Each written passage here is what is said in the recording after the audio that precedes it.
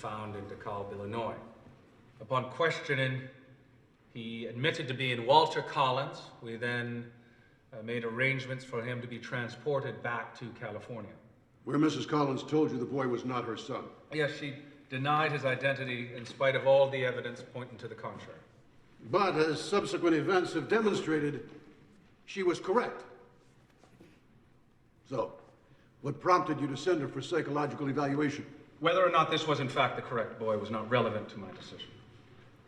Throughout this period, she acted strangely. She was often cool and aloof and unemotional, especially when confronted with the boy we found in DeKalb and in our subsequent conversation. It was because of her disturbing behavior that I submitted her for observation to the psychopathic ward of Los Angeles County General Hospital. Just like that. You snap your fingers and an innocent woman is thrown into the psycho ward. She wasn't thrown. Every family in this state is in grave danger. When a police captain can take a woman into his office and 5 minutes later have her thrown into the psychopathic ward on his own authority. She wasn't thrown. She wasn't thrown. She wasn't thrown! What was that, Captain? She wasn't thrown. She was escorted. Escorted, thrown. The verb doesn't matter, Captain. What does matter is that her incarceration was ordered without a warrant. I am holding a carbon copy of the affidavit of insanity that was issued in the case of the state of California versus Christine Collins. Who signed the affidavit? I did. Now, let me see if I have this correct. A woman was thrown into the psychopathic ward without a warrant because no warrant existed. And when it was finally written several days later, there was no need to sign it or to go to a judge because she was already in the asylum. Is this correct, Captain? Technically, yes.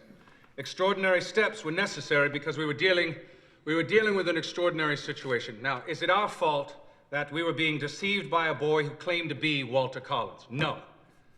In light of his claims and her disturbing behavior, who wouldn't begin to think that there was something the matter with her? Because she questioned you. No, because she wouldn't listen. Because she insisted on being obstinate. Because she tried to take matters into her own hand, best left to qualified officers. Because once civil disobedience... Because she was fighting for the life of her son. A boy who may have still been alive while you were wasting valuable time denying you had done anything wrong. And in the end,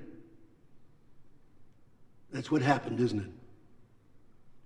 At some point, while all this was going on, Walter Collins was brutally murdered, along with as many as 19 other boys, at the Northcott Ranch in Wineville. Is that correct, Captain? Yes, it is.